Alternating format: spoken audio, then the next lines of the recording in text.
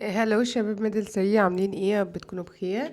هنشتغل النهارده end of the first month exercise بتاعت كتاب التقييمات بتاعكم. عندنا ال first question عندها choose the correct answer، وعندنا أول سؤال the set of zeros of f of x equal 0. ايه اللي يخلي الفانكشن دي بزيرو؟ اكيد اي نمبر هيخليها بزيرو، كل النمبرز هتخليها بزيرو لان already الفانكشن بايه؟ بزيرو.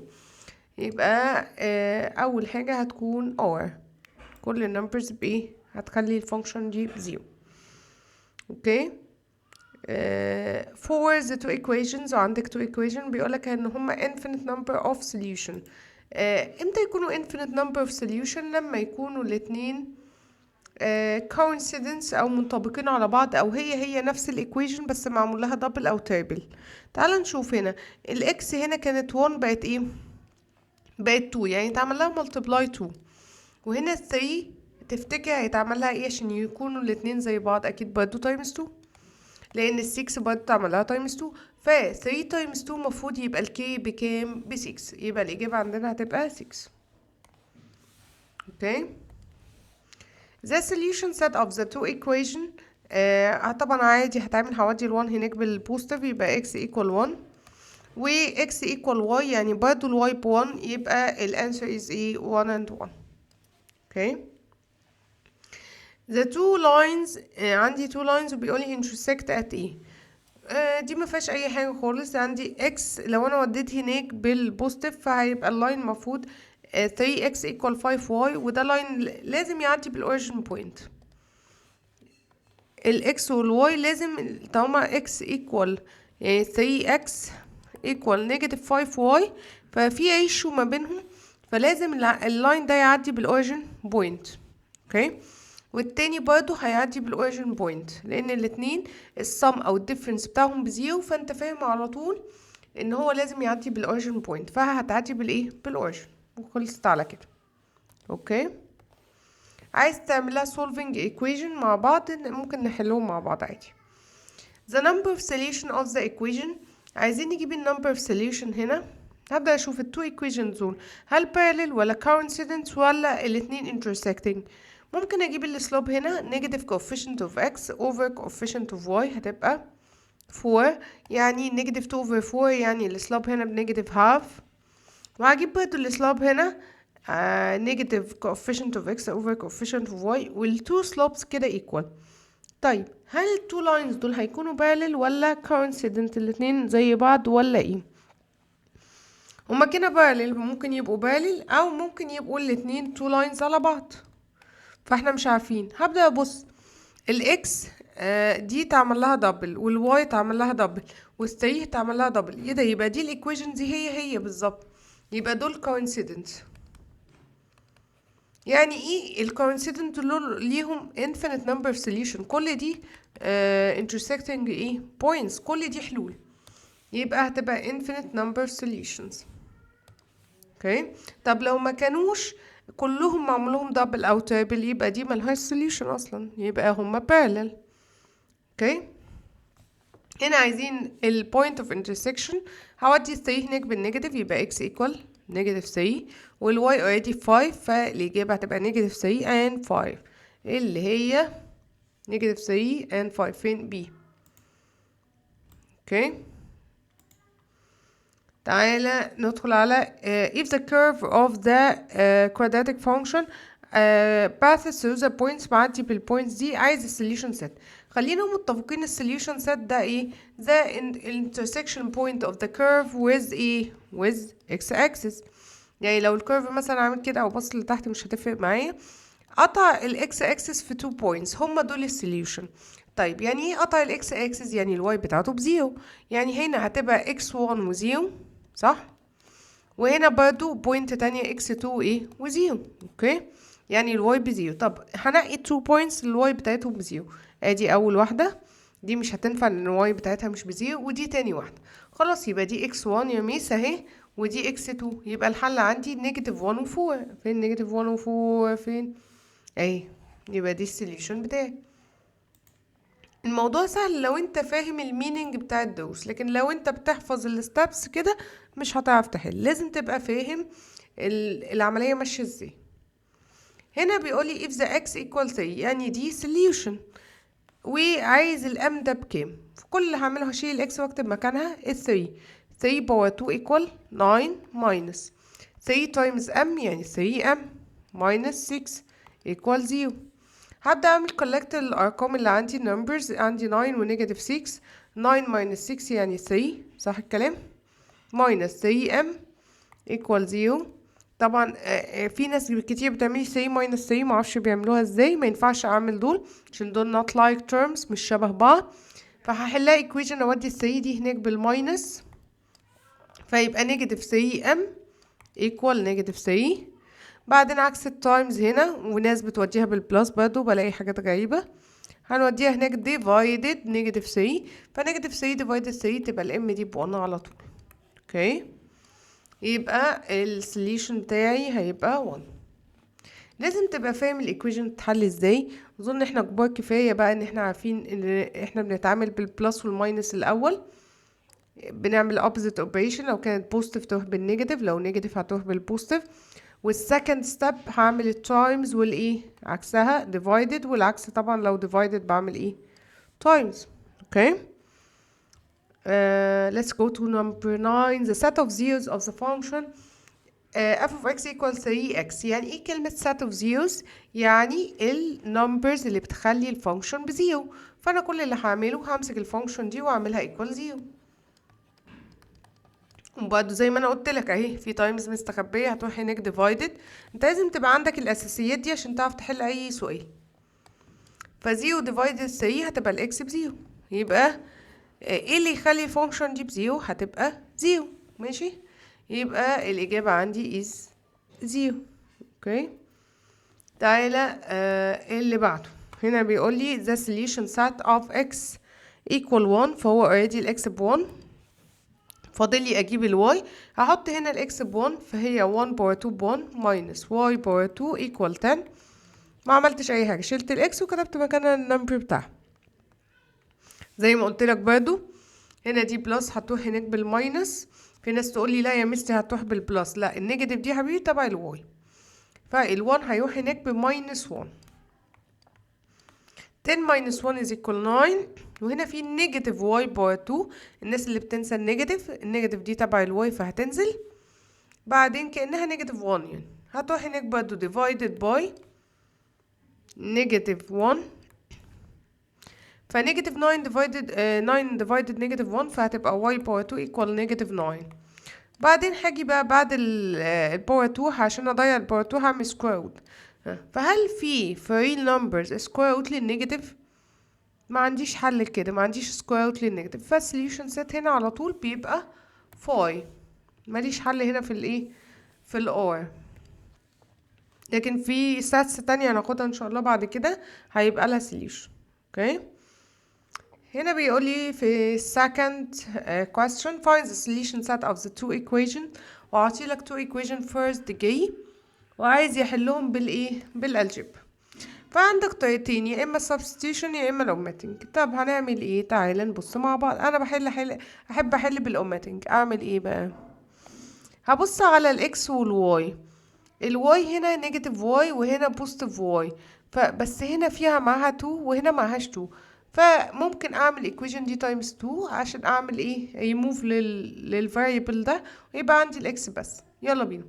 2 تايمز اكس هتبقى 2 اكس واروح كاتباها تحتها. وخد بالك انا بعمل تايمز 2 في كل ترم عندي. 2 تايمز نيجاتيف واي يبقى نيجاتيف 2 واي. جميل. 2 تايمز 4 equals 8. طيب الايكويشن دي هسحبها كده واقول لها تعالي وانزلها تحت دي. طيب وخد بالك وانت بتعملها تحت دي لازم تخلي الاكس تحت الاكس والواي تحت الواي عشان اعمل لهم ايه؟ عشان اعمل لهم اي موفينج، صح؟ يبقى 3 اكس اخليها تحت الاكس اهي، و2 واي تحت الواي، والاتنين بوزيتيف فمفيش اي مشكله، وال7 هنا. هعمل adding للتو equations. تمام. والواي ده هعمل eliminating ليه او هكنسله خلاص، هو انا مش عايزاه عشان 2y minus 2y is equal 0 فهي خلاص راحت. وهعمل 2 plus 3 is equal 5x. وهعمل دول برضه بلس 7 بلس 8 equal 15. وبكده انا جبت الاكس. عكس التايمز ديفايدد زي ما قلنا قبل كده، هتبقى x equal 15 divided by 5 is equal 3. انا كده جبت one variable. ممكن اعوض في اي equation تعجبني منهم واجيب الايه y. ممكن اشتغل في اول equation دي، ف 2y plus 3 times x، يعني 3 اهي هعمل باكت للاكس واكتب فيه هو الاكس بقت بكام، بقت ب 3. اوكي equal 7. وابدا احلها equation عاديه. 3 times 3 9 طبعا، انا ماشيه معاك step by step اهو. equal 7. ال 9 دي قلنا بتروح هناك بالنيجاتيف، يبقى 2y equal 7 minus 9 is equal negative 2. opposite of times equal divided، وهتطلع ال y equal negative 2 divided 2 هتبقى negative 1. خلاص انا جبت الايه ال second variable. خلاص واكتب السوليوشن set، وبكده انا خلصت السؤال. امشي step by step، استحالة تغلط. ادي 3 ودايما هنا الاكس في الاول، بعد كده الواي. اوكي يا رب تكونوا استوعبتوا. تعالى ندخل على نمبر 2. وهنا نمبر 2 عطينا ايه بقى؟ عندي 2 equations وعايزه احلهم بالجراف. احلهم بالجراف ازاي؟ first step ان انا هعمل زي تيبل كده لكل حاجه عندي، وابدا اشوف ايه numbers ليهم ونعمل substitution. يلا بينا. اول equation اهي ممكن نعمل لها ايه، ممكن نحلها ازاي.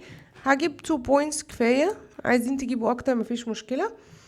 ما احط الاكس ب1 مثلا 0، اي 2 numbers يعجبك.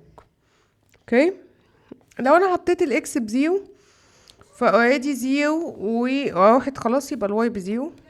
طيب تعالى نحط الاكس ب1، يبقى 2 times 1 plus y equal 0. 2 times 1 ب2، 2 plus y equal 0. اودي دي الناحية التانية، يبقى ال y equal negative 2. خلاص كده انا ايه عملت اول equation. ملوش لازمة الكلام ده، همسحه. تعالى بقى نشوف الايكويشن التانية. برضو هعمل لها تيبل، برضو هعمله بايه بلون تاني كده عشان يبقى الموضوع سهل علينا. اهي الايكويشن التانية نفس الكلام. برضو هحط الاكس والواي بنمبرز، ادي اكس وواي. ممكن احط الاكس بزيرو والواي بزيرو عادي واطلعها، او ممكن احط الاكس اي ارقام تعجبك. عايز تحط الاكس بزيرو، او ممكن نحطها بنمبر تاني عشان عادي. ده صح وده صح، اي ارقام تعجبك المهم تطلع لها حل. لو الاكس بزيرو فخلاص دي انتهت، ف 2y equal 3 وادي هناك divided by 2، فالواي equal 3 over 2 يعني 1.5، 1 and half. ماشي. ممكن احط الواي هي اللي بزيرو، هيطلع لي بوينت تانية. ممكن تحط الاكس برقم تاني عادي براحتك بقى، يعني ايه ليك الحرية تعمل اللي انت عايزه. المهم تطلع لنا بوينتس نحل بيها. الواي لو بزيرو فاكس ايكوال، خلاص الواي بزيرو انتهت، يبقى الاكس بالثري اهي كده. ويلا بينا نحل. خلاص عملناهم، نبدأ نعمل الجراف بتاعنا. الجراف بتاعنا هنعمله ازاي؟ الموضوع سهل جدا. هنعمل الاكسس. يلا بينا، عملنا الاكسس اهو. وابدأ اجيب البوينتس بتاعتي. اول بوينت هتبقى 0 0 هتبقى هنا. تاني بوينت 1 ونيجاتيف 2، يعني همشي على الاكس 1، بعد كده همشي على الواي نيجاتيف 2. همشي على الاكس 1 اهي، بعدين هنزل للنيجاتيف 2. نيجاتيف 2 يعني امشي على ال1 بعد كده انزل للنيجاتيف 2، هتبقى البوينت اهي. فانا كفايه عندي 2 بوينتس هعمل ما بينهم لاين. يلا بينا اهو اللاين مثلا اهو. بس عملت اللاين خلاص، واعمل 2 arrows بتوعي اهو. ده اول لاين خلاص. نعمل اللاين اللي بعده. عملنا اهو كده وكده وكده وكده واطوله طبعا. تعالى بقى نعمل اللاين اللي بعده 0 1.5، يعني مفيش اكس، همشي على الواي 1.5. همشي على الواي يعني ايه ما بين ال1 وال2. بعدين 3 و0 مفيش واي خلاص، همشي على الاكس 3 اهي خلاص. وهوصل لاين ما بين ال2 بوينتس دول اهو. ماشي، او نعمله او اهو كده بالظبط اهو. ماشي خلاص، وهو هنعمل الارز بتاعتي اهي تمام. خلاص التو بوينتس دول عملوا كات او عملوا انترسكشن في بوينت، هي البوينت دي اللي هي الايه بقى، هي دي السوليوشن سيت، او اللي اشوف الاكس بتاعتها واشوف الواي. الاكس طبعا بتاعتها بنيجاتيف 2 والواي قدامك ب3، فده السوليوشن سيت بتاعنا. لازم احطه في البيسز واوردر بير، واتاكد ممكن احله ايه بالكالكوليتر او احله بالالجبرا، وتطلع لي السوليوشن واتاكد ان انا حليت صح. رجعت حسبتها على الكالكوليتر او عملتها منتلي بالالجبرا، ما طلعتش الاجابه. هي ما كانتش مظبوطه طبعا، انا اسمه معايا مش مظبوطه قوي، مش زي عندك في الكابي بوك. فانا هعمل بوينت كمان عشان تبقى مظبوطه، هحط نيجاتيف 1 مثلا، هزود هنا نيجاتيف 1.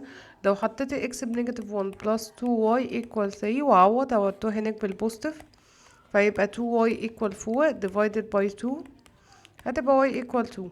خلاص يبقى احنا عندنا بوينت تانية نيجاتيف 1 و 2. نيجاتيف 1 و 2 هتبقى هنا، و 3 و 0 هتبقى هنا. ال 1.5 مش هتبقى مظبوطة قوي يا عسمة لان سكيل صغير، وهبدأ امشي اللاين بقى. المفروض معايا مسطرة طبعا اهو، مش قوي، مش مظبوطة قوي اهو. مهم. وهنعمل اللاين التاني عشان يكون مظبوط اكتر، 0 0 اهو، و 1 و نيجاتيف 2 هتكون هنا. وبرضو نفس الكلام هعمل لاين برضو اهو، تعالى نعمله اهو. مهم. دي كده بقت ايه، more accurate، مظبوطة اكتر اهي. هما intersect at one point اللي هي 2 والنيجاتيف 1، او النيجاتيف 1 و 2. يبقى الاكس بنيجاتيف 1 والواي ب 2 تمام. يبقى لما تقسمها اعمل تشيك او اعمل اكتر من بوينتس عشان تعرف تطلعها مظبوطة. اوكي. let's go to number 3. عندنا هنا the rectangle length is exceeds than the width by 3. انا هقول ان اللانس هسميه x مثلا، let اللانس x، والويدث هسميه y. سميه اي حاجة تعجبك مش هتفرق معانا. exceed يعني ده اكتر من ده بكام، ب3. يعني ممكن اقول ان اللانث ماينس الويتس هيكون ايكوال 3، عشان ده اكتر من ده ب3. لو انا عمري اكبر من عمرك ب10 سنين فاكيد الماينس ما بيننا هيكون 10 سنين. لو اللانث اكبر من الويتس ب3 سنتيمتر يبقى الماينس بتاعهم ب3. اوكي. بعدين البيريمتر اوف ريكتانجل ايكوال 14. هو ايه البيريمتر؟ لانث بلس ويتس اول تايمز 2. اوكي، ده equal 14. طب انا عايزه اخلص من التايمز 2 دي اوديها هناك بالديفايدد، فيبقى length plus width equal، يبقى السم بتاعهم بكام؟ 14 divided 2 هتبقى 7. يبقى x plus y equal 7. يبقى انا عندي 2 equations ابدا احلهم مع بعض. في عندي negative y و y، فدول هيكنسلوا بعض على طول. هيكونوا بزيرو. 1x و 1x يبقى 2x equal 3 plus 7 equal 10. ودي دي divided by 2 يبقى x equal 10 divided by 2 5. خلاص انا طلعت الاكس، او من اي equation اجيب الواي. ف x plus y equal 7، هستخدم الايكويشن دي مثلا. يبقى دي الاكس ب5 هتروح هناك بالماينس، يبقى y equal 7 minus 5 is equal 2.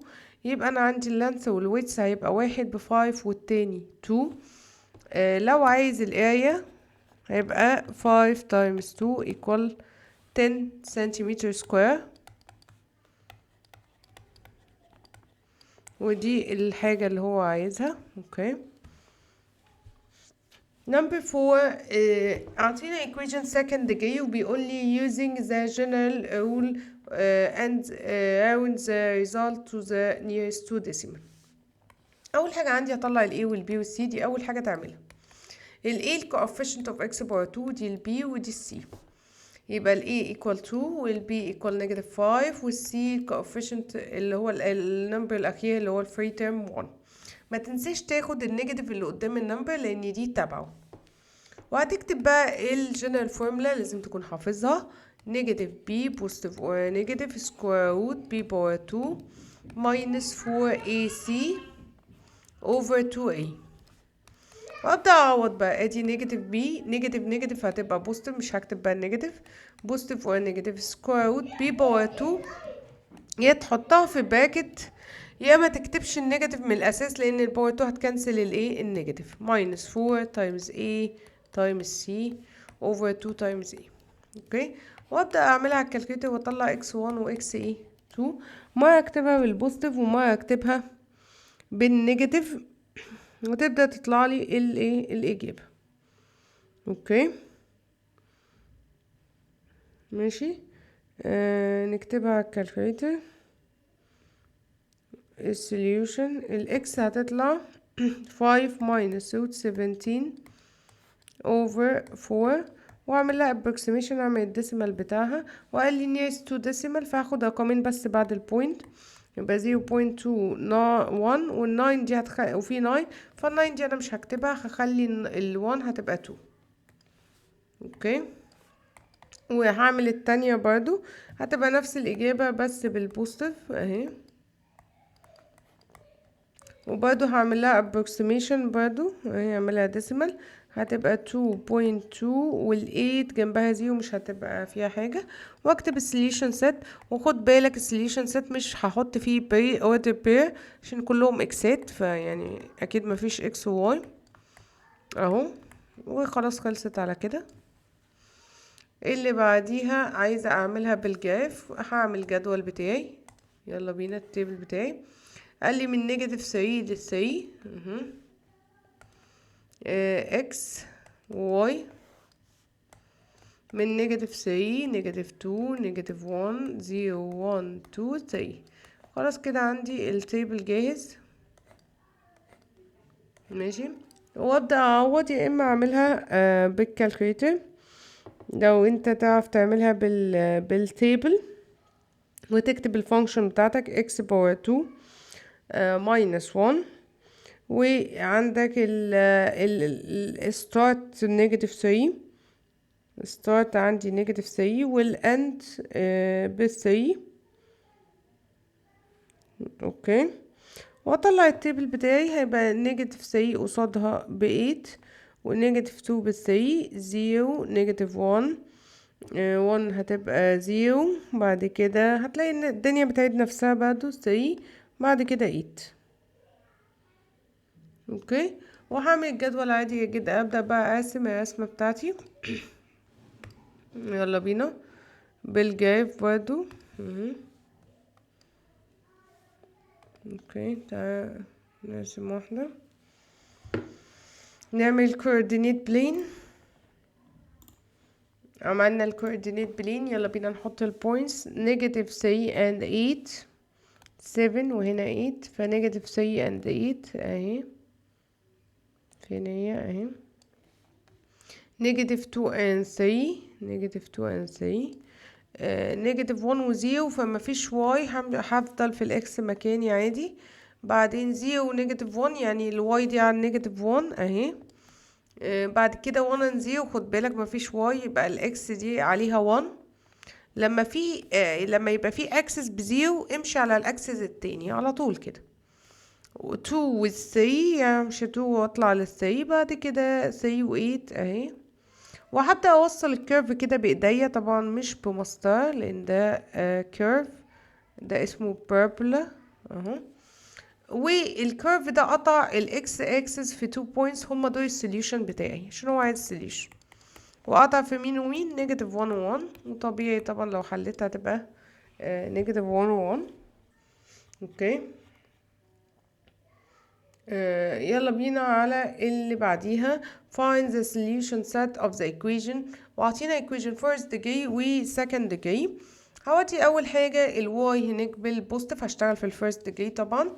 هتبقى x equal، اودي الواي بالبوزيتيف يبقى y plus 3، ودي اللي هبدأ اعمل بيها substitution في الايكويشن التانية. هشيل كل x، اعمل مع براكت كده، واكمل بقية السؤال. ومكان الاكس دي اهو كاتبه ايه اللي هو الاجابه بتاعتنا او الايكويشن بتاعتنا اهي اللي هي y plus 3. وهبدأ افك دي للثلاث حاجات ايه هما. y هعملها y باور 2 و 3 باور 2 9 واللي في النص ده بيبقى ده تايمز ده تايمز ده 2 تايمز first تايمز second 6y وهنا عندي y باور 2 equal 29. عندي هنا like terms y باور 2 y باور 2 يبقى عندي 2y باور 2 اوكي و 6y اوكي وفي 9 ودي هدخلها بالنيجاتيف يعني 9 minus 29 فهتبقى 20 بالنيجاتيف طبعا اوكي يعني دي هتبقى بالنيجاتيف عشان 9 minus 29 يبقى نيجاتيف 20. وبكل سهولة اهو هعملها على الكالكوليتر او اعمل اللي هي اعمل equation second الجاي اللي هي بالجنرال فورمولا لسه عاملينها واعمل الاكس والواي اجيبهم اوكي الاكس 1 قصدي سوري اكس 2 او الواي 1 والواي 2 هنا عشان الانون واي فهيطلع لي واي 1 وايه واي 2.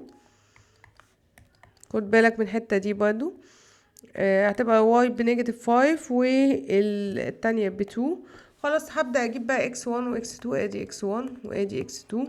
انا طلعت اول واي وتاني واي اهي هعوض فين اكيد في الايكويشن الجميلة دي اهي y بلس 3 يعني نيجاتيف 5 بلس 3 هتكون بنيجاتيف 2 يبقى ده x1 والتانية نفس الكلام هتبقى 2 بلس 3 هتبقى 5 اوكي يعني واكتب بس solution set هيبقى braces و order pair و order pair لاني عندي x10 و y10 يعني x1 و y1. خد بالك وانت بتكتب هتكتب الاكس الاول x1 بنيجاتيف 2 والواي 1 بنيجاتيف 5 اوكي تمام والتانية x2 بكام ب5 و y2 ب2 وبكده 5 minus 2 اكيد 3 يبقى احنا ماشيين مظبوط اوكي. تعال نخش على اللي بعديها عندي 2 real numbers السم بتاعهم 10 فانا هعمل let يا عم عندك النمبرز دي الفيرست نمبر هسميه x مثلا والسكند نمبر هسميه y والسم بتاعهم يعني x plus y equal 10 دي اول حاجة. الديفرنس يعني x minus y difference يعني minus equal 40 وابدا احل التو equations دول مع بعض زي ما عملنا. هنعمل elimination لل y خلاص هي مشت 1 minus 1 بزيرو 1 plus 1 بعمل لهم كده plus هيبقى 2x اوكي واعمل plus برضو هنا 10 plus 40 هتبقى 50 ماشي وهنا 1 plus negative 1 طبعا بزيرو هتروح هناك divided يبقى x equal 50 divided by 2 هتبقى 25 كده انا طلعت الاكس. فأي equation اجيب الواي اول equation مثلا 25 plus y equal شلت الاكس وكتبت 25 10 هوديها هناك بالماينس اوكي يبقى 10 minus 25 هتبقى نيجاتيف ايه 15 اوكي نيجاتيف 15. خلاص طلعت انا الواي يبقى التو نمبرز دول ايه يبقى التو نمبرز هيكونوا كام وكام 25 و نيجاتيف 15 يبقى اقول له two numbers السوليوشنز بتاعك 25 و نيجاتيف 15 ده الحل بتاعنا اوكي. النمبر 8 وعندي الايكويشن هنا مش مظبوطه هبدا اظبطها هدخل دي هنا ودي هنا x times x x باور 2 x times negative 1 يبقى negative x وادخل الفور بالمره بالنيجاتيف equal 0 اوكي.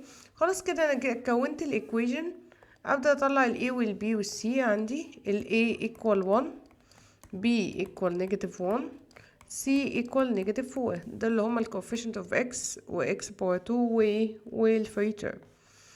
والجنرال فورمولا بتاعتي طبعا كلنا حافظينها negative b positive و negative square root b باور 2 minus 4ac. خد بالك لازم تكتبها في الامتحان وتبدأ تعوض فيها نيجاتيف نيجاتيف يعني 1 مش محتاجة اكتبها بقى.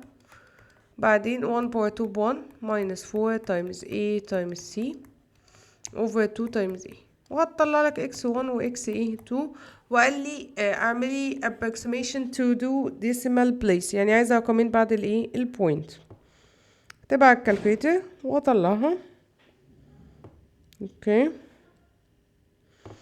هتطلع نيجاتيف 1.561، يبقى مش هتزود. انا بعملها approximation بقى بالمرة. اللي بعديها هتبقى 2.561 هتبقى كده برضو، يبقى السوليوشن سيت بتاعي. طبعا مش هتكتب اوردر بيلز قايلين بس كده، و 2.56. اوكي، معلش الفيديو هيكون طويل شوية لان احنا الاسئلة كتير. number 9 two digit number its unit digit is twice its 10 digit and their product of its digit equal half the original number. ده موضوع كبير عايزين نشرحه بالتفصيل واحدة واحدة. اوكي، احنا ممكن نسمي اول حاجة ان اليونت ديجيت، هو بيقول لي اليونت ديجيت توايس التنس.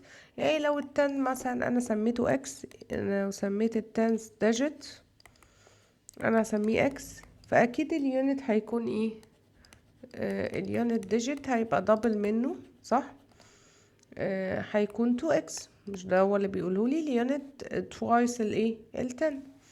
and their product يعني هعملهم times ده times ده، يعني x times 2x.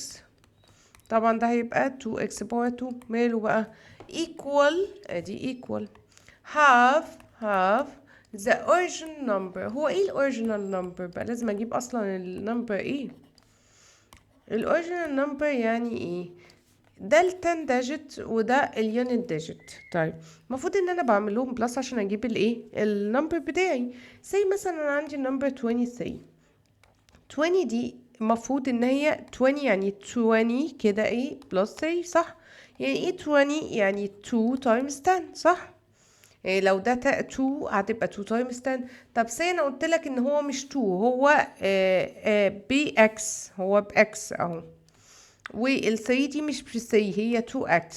اوكي، فانا الاكس دي محتاج اعمل لها تايمز كام؟ تايمز 10 عشان تبقى 20 زي 2 كده هتبقى 20، فالاكس هتبقى x تايمز 10، يعني عشان اعملهم بلس فهتبقى x تايمز 10 يبقى 10x، صح؟ زي ما هنا دي عملتها، وازود عليهم ال3 او ازود عليهم ال2x، يبقى ده الاوريجينال نمبر بتاعنا. اوكي، الحته دي مهمه قوي، خلي بالك منها.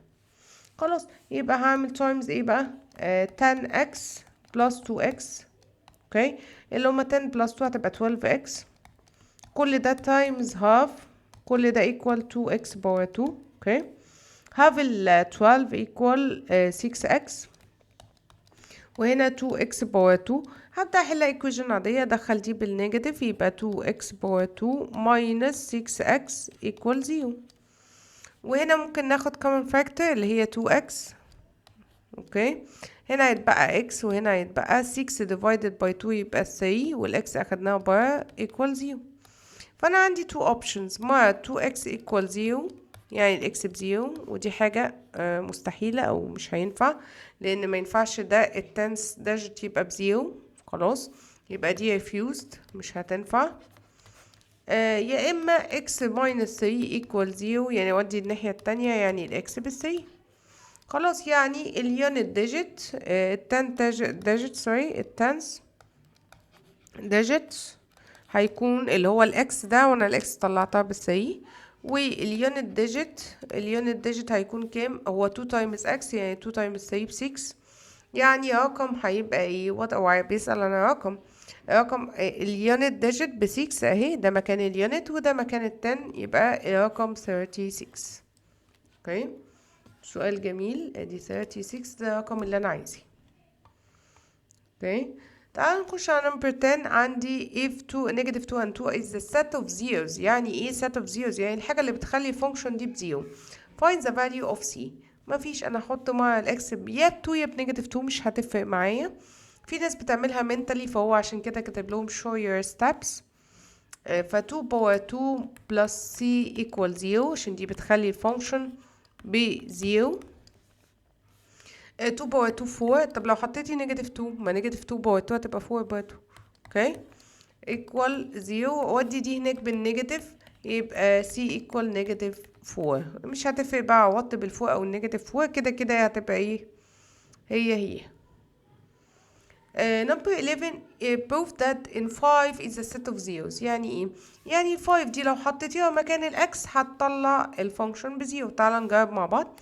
5 power 3 minus 2 times 5 power 2 minus 75. احسب كل ده كده بالكالكوليتر هيطلع بزيرو، يبقى هي set of zeros. يلا بينا equation برضو first degree مع second degree. كلنا مش بنعرف نحلها قوي، فممكن تركز معايا. هشتغل الاول في الفيرست ديجري، اودي الواي الناحيه التانية، يبقى عندي x equal y plus 3. ودي الفيرست ديجري اللي انا هشتغل عليها، وهبدا اعمل substitution في الايكويشن التانية. اي ما الاقي x قدامي هحط مكانها y plus 3. اهي x اهي، هعمل مكانها براكت باور 2 بلس y باور 2 ماينس، لقيت x احط براكت، والواي اهي خليها في الاول بس عشان اعرف اتعامل، ممكن تخليها في الاخر براحتك. وهشيل بقى كل اكس واكتب مكانها واي بلس 3. كل اكس واي بلس 3، عوضنا مرتين. تعال نعمل بقى ايه distribution، او فك دي الاول. تعال نفكها، هتتفك لثلاث حاجات. ايه هما؟ واي باور 2، 3 باور 2 ب 9، واللي في النص دو تايمز first تايمز second يبقى 6 واي بلس واي باور 2. خد بالك وانت بتعمل distribution هتعمل distribution لنيجاتيف واي، مش واي بس، ده هنا وهتدخل هنا، فهتبقى نيجاتيف واي تايمز، يبقى نيجاتيف واي باور 2، نيجاتيف واي تايمز 3 يبقى نيجاتيف 3 واي ايكوال، او ادخل ال 13 بالمية بالنيجاتيف. يلا بينا collect like terms. واي باور 2 مع نيجاتيف واي باور 2 واحد، مفيش واي باور 2 تانية الا دي. 6 واي مع نيجاتيف 3 واي يتعاملوا مع بعض، يبقى واي باور 2. 6 minus 3 هتبقى 3 واي. 9 minus 13 هتكون نيجاتيف كام؟ 9 minus 13 هتكون نيجاتيف 4. اوكي ايكوال 0. وبالجنرال سوليوشن واطلع واي 1 وواي 2. خد بالك لو هتعملها على الكالكوليتر هتطلع لك اكس، طبعا انت مش هتكتب اكس ان عندك الفاريبل بواي، فهتعملها او تعمل بالجنرال سوليوشن عادي. اوكي، هتطلع اول اجابة نيجاتيف 4، تاني اجابة 1. دي الوايات اللي طلعت لك، هتروح جايب الاكس. هحط هنا اكس 1 اهي واكس 2، هعوض عادي جدا. نيجاتيف 4 بلس 3 هتبقى نيجاتيف 1. بعدين 1 بلس 3 هتبقى 4، صح الكلام. واكتب السوليوشن سيت بتاعي بيسز واوردر بير واوردر بير. اكتب الاكس الاول بعد كده الواي، نيجاتيف 1 ونيجاتيف 4 و4 1. كده السؤال خلص. هنا بقى ده برضو زي application على الفيرست والسكند degree. بيقول لي the length of the hypotenuse of a right angle triangle. عندي right angle triangle اهو، والhypotenuse هنا ب13. فهسمي one of two sides، واحد x والتاني y. اوكي، والبيريمتر عندي equal 24. يعني ايه البيريمتر؟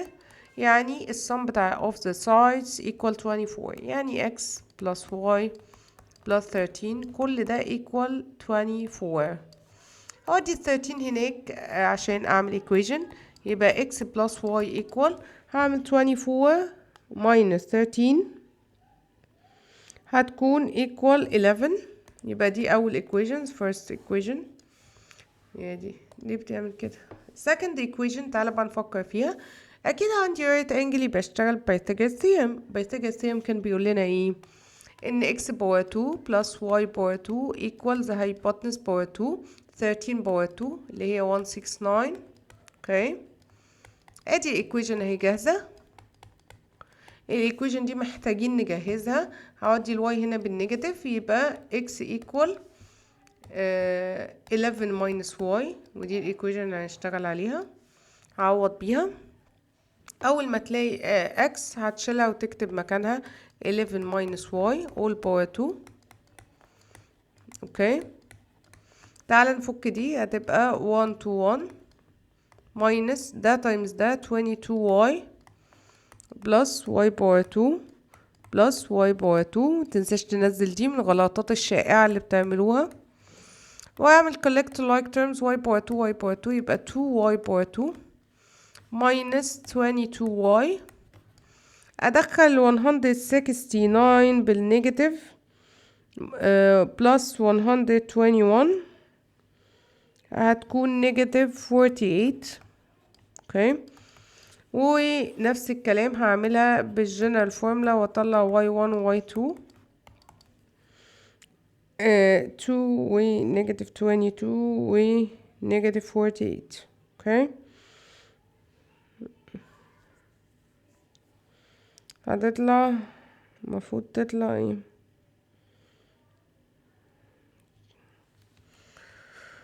ثواني نعملها على الكالكوليتر. ده هنا يا جماعة عطينا الهايبوتنس ب10. انا ليه حاساها ان هي 13؟ الهايبوتنس هنا equal 10. معلش يا شباب، هي المفروض دي 10، فهنوديها هناك. كل ده بقى ايه مش صح. 10. ده نعيدها تاني بقى. كل ده مش صح. فهتبقى دي 10 minus 10 minus 24 minus 10 هتبقى 14. يبقى 14 minus y. يبقى كل ما هعوض على 14 minus y. 14 minus y. ودي Pythagoras theorem مفروض فين هي equal. فين بقى Pythagoras theorem؟ x باور 2 هتبقى 10 باور 2 برضه هتبقى 100. اوكي يبقى دي 100. صح الكلام. تعالى بقى نظبط ده. انا بقول مش بتطلع. يبقى دي 14 باور 2. 14 باور 2 هتبقى 169 196 sorry minus 14 times 2 28y plus y power 2 plus y power 2 minus 100 equal 0. عندي 2y power 2 minus 28y بعدين 169 minus 100 هتبقى ب 96 equal 0. ممكن بقى نجرب نعملها كده. 2 و negative 28 و 96 طلعت الحمد لله y1 ب6 و y2 ب8. والاكس طبعا هتبقى العكس، يبقى برضو دي 8 ودي هتبقى ب6. يعني التو sides هيكونوا 6 و 8 and 6. اوكي. يا رب تكونوا استوعبتوا. واخر سؤال يلا بينا. find the value of a and b. notice that 1 and 2 is a common solution. يعني دي الاكس ودي الواي to the two equations. وعطينا two equations اهي. ax هشيل الاكس واكتب مكانها 1 يبقى هتبقى a plus هشيل الواي واكتب مكانها 2 يبقى 2b. ودي دي هناك بالمرة equal negative 5. نفس الكلام الايكويشن اللي جنبها 2 times x يعني 2 times 1 ب 2 a plus هشيل الواي واكتب مكانها 2 يبقى 2b. وادي ال1 هناك equal 1. عندك 2 equations ممكن نحلهم مثلا omitting. اعمل دي times negative 1 او اغير الساين بتاعتها واحطها تحت دي يبقى negative 2a negative 2b negative 1. غيرت الساين بتاعتها كلها. يلا بينا نعمل adding. هنا 1 plus negative 2 هتبقى negative 1a. دول كنسلوا طبعا. negative 5 و negative 1 يبقى negative 6. negative كنسلت مع النيجاتيف يبقى ال a ب6. ممكن في اي equation نجيب ال b يبقى a plus 2b. هكتب لك الايكويشن تاني equal negative 5. هشيل ال a واكتب مكانها 6 plus 2b equal negative 5. وادي لي دي هناك بالنيجاتيف يبقى 2b equal negative 11. بعدين divided by 2 عادي تطلع fraction كده مفيش مشكلة. يبقى ال b equal negative 11 over 5.